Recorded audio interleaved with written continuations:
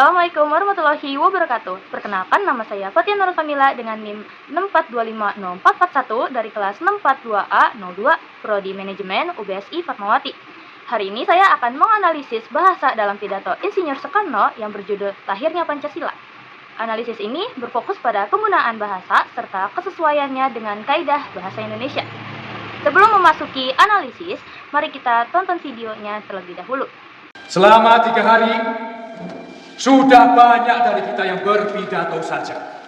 Tapi, belum ada yang bisa menjawab pertanyaan Saudara Ketua Dr. Rajiman, apa dasar negara kita?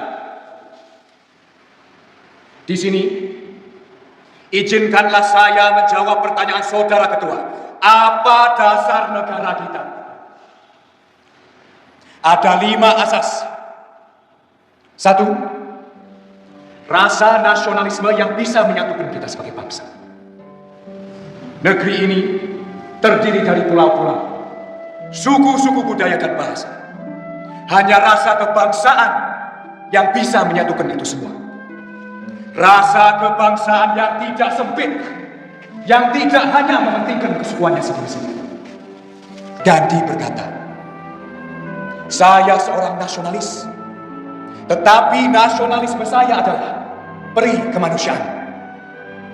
Jangan sampai kita menganut nasionalisme yang mengisolasi diri, tapi nasionalisme yang mengunggulkan persaudaraan dunia. Itulah yang akan menjadi dasar butir kedua. Peri kemanusiaan. Butir ketiga adalah mufakat yang didasari permusyawaratan dan perwakilan. Setiap perselisihan yang ditimbulkan pergesekan suku budaya maupun agama diselesaikan secara permusyawaratan. Butir keempat, agar kita bisa menghapus kemiskinan dari tanah air kita ini dan tidak ada lagi yang kaya sendirian, yang miskin menderita tanpa dipedulikan. Kita harus mengedepankan kesejahteraan sosial bagi seluruh rakyat Indonesia.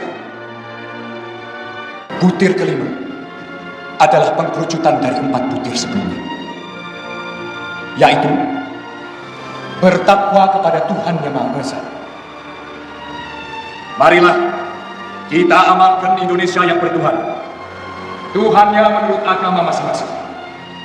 Yang Islam menurut Nabi Muhammad SAW, yang Kristen menurut Isa Al-Masih, yang Buddha menurut kitab Tripitaka. Maka dari itu, marilah kita saling menghormati satu sama lain. Ketuhanan yang berkebudayaan dan berbudi pekerti luhur. Dasar-dasar negara telah saya usulkan. 5 bilangan.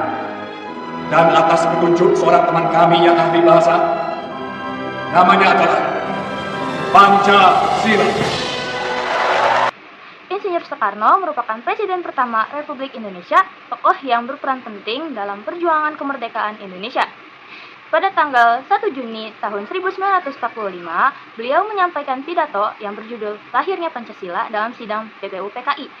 Pidato ini penting dalam sejarah Indonesia karena berisi gagasan mengenai dasar negara yang kemudian dikenal sebagai Pancasila. Dalam pidatonya, Insinyur Soekarno menyampaikan usulan mengenai dasar negara Indonesia yang terdiri atas 5 prinsip, yaitu kebangsaan, perikemanusiaan, demokrasi, kesejahteraan sosial, dan ketuhanan. Selain itu, beliau mengajak seluruh rakyat Indonesia untuk bersatu, menghargai perbedaan, serta membangun bangsa yang adil, makmur, dan berlandaskan semangat persatuan. Berdasarkan hasil analisis saya, beliau menggunakan kata yang formal, baku, dan penuh wibawa. Terbukti dari penggunaan kata-kata seperti saudara-saudara, tak kala, maka, dan oleh karena itu. Beberapa kosakata terdengar berbeda dengan bahasa Indonesia yang digunakan saat ini, karena pidato disampaikan pada tahun 1945. Meskipun demikian, pilihan kata tersebut tetap sesuai dengan kaidah bahasa Indonesia yang menyampaikan pesan secara jelas. Struktur kalimat cenderung panjang, namun tersusun secara logis. Setiap gagasan dijelaskan secara bertahap sehingga hubungan antar kalimat mudah dipahami.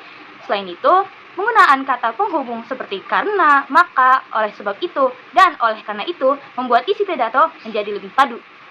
Insinyur Soekarno menggunakan berbagai gaya bahasa untuk memperkuat isi pidatonya. Salah satunya adalah pengulangan kata untuk penekanan mengenai gagasan penting. Selain itu, terdapat kalimat persuasif yang bertujuan mengajak masyarakat untuk bersatu dalam membangun Indonesia. Terdapat kalimat retoris, yaitu pertanyaan yang tidak memerlukan jawaban, tetapi bertujuan membangkitkan pemikiran dan semangat. Nada bahasanya terdengar tegas, penuh semangat, dan meyakinkan.